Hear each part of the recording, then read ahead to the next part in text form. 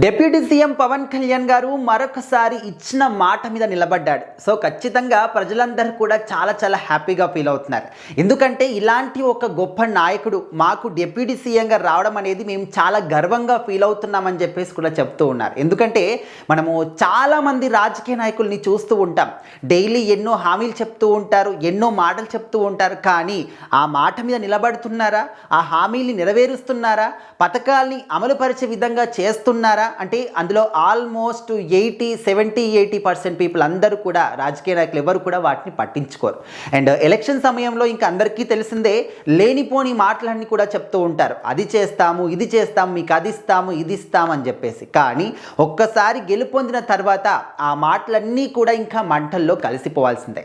కానీ ఇక్కడ మనం చూస్తూ ఉంటే పరిస్థితులు కంప్లీట్గా ఆపోజిట్గా ఉన్నాయన్నమాట. పవన్ కళ్యాణ్ గారు ఆయన అంటే పదవిలోకి రాకముందు వచ్చిన తర్వాత కూడా ప్రజలకు ఏ మాట చెప్తున్నారో ఆ మాట మీద ఖచ్చితంగా నిలబడుతూ ఉన్నారు. ఏవైతే హామీలు చెప్తున్నారో ఆ హామీలన్నీ కూడా నెరవేర్చే విధంగా చేస్తూ ఉన్నారు. ఎవరికైతే మాటలు చెప్తూ ఉన్నారో ఆ మాట మీద ఖచ్చితంగా నిలబడుతూ ఉన్నారు. సో ఇప్పుడు మరొకసారి ఆ విధంగా ఆయన ప్రూవ్ చేసుకున్నారనమాట.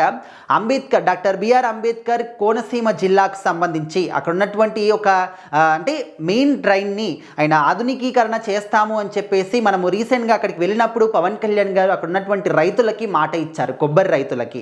సో మరి ఆ ఒక రైతుల ఆనందానికి హద్దులు లేవన్నమాట.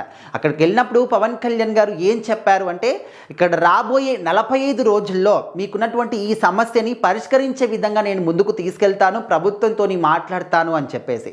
సో మరి ఇప్పుడు ఆయన మాట ఇచ్చి ఇంకా 45 రోజులు కాదు, 35 రోజులు మాత్రమే అయ్యింది.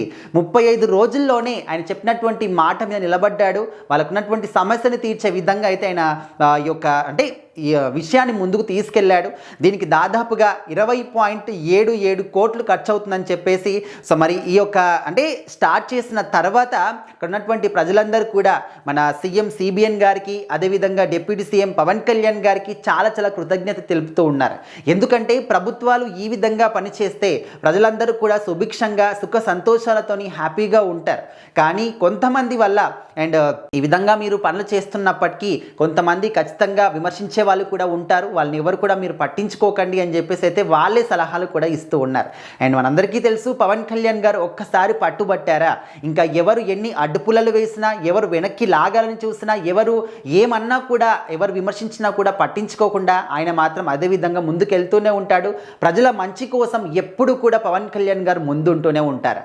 సో మరి ఇక్కడ కోనసీమ జిల్లాకు సంబంధించి అక్కడ ఉన్నటువంటి కొబ్బరి రైతులందరికీ కూడా ఉన్నటువంటి పెద్ద సమస్యనైతే పవన్ కళ్యాణ్ గారు తీరుస్తూ ఉన్నారు.